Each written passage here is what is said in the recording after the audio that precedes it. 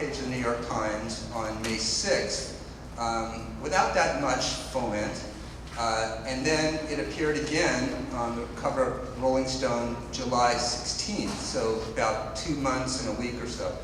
And by the way, another really important point to make is that both appearances of the image ran with very long and very well told, I think it was widely considered objective stories, but it was more what happened in terms of just this cover the second time this hit the newsstands and the digital newsstands.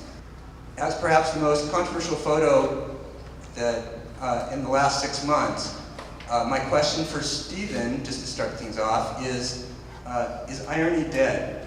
I think everything that followed from the publication of this picture was somewhat tragic.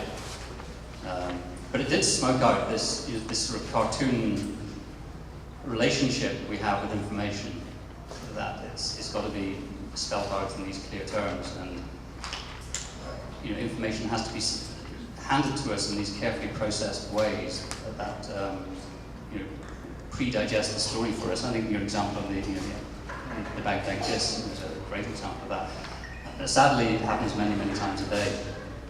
But it's something which, I was born shortly after the end of the Second World War, and something my mother is German, and I've thought very long and very hard about what these people looked like. Who was it who executed those extraordinary atrocities?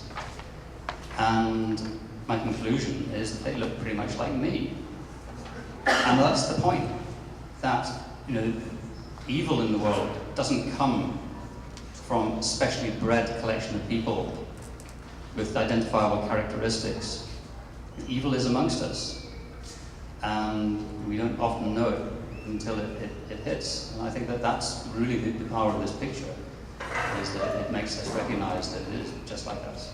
Personally, for me, what's so shocking about it is the context. It's Rolling Stone. I know Rolling Stone does some hard-hitting journalism, but I perceive growing up with Rolling Stone as I want to see Willie Nelson or Jay-Z on the cover, and that's what I expect. And if this photo had been on Time, I don't think there'd be any controversy, but it's because of Rolling Stone, and you have Jay-Z's name next to it, and it plays with your mind. What is this? Is this a celebrity, or is this a terrorist? Do you have a sense of people were going to Walmart and saying you have to stop selling Rolling Stone? Yes. So is it because it was equated with being a celebrity, like being a pop star, or just that he looks like this kind of, sweet, somewhat sensual boy? I just wanted to say, everyone, maybe not everyone in the room remembers because I see my kids here, but the O.J. Simpson controversy on the cover there, where they actually doctored the image to present O.J. as a more menacing figure. Darken the skin, highlights with red. So I guess that was an option they could have applied to this guy, and thankfully they did not. I wanted to kind of jump off what Nina said, because I think that what really bothered people was this kind of pop culturization of this boy, that Rolling Stone, you get on the cover of Rolling Stone, this is, again, you create an iconic image, and nobody wanted to look at this boy like this.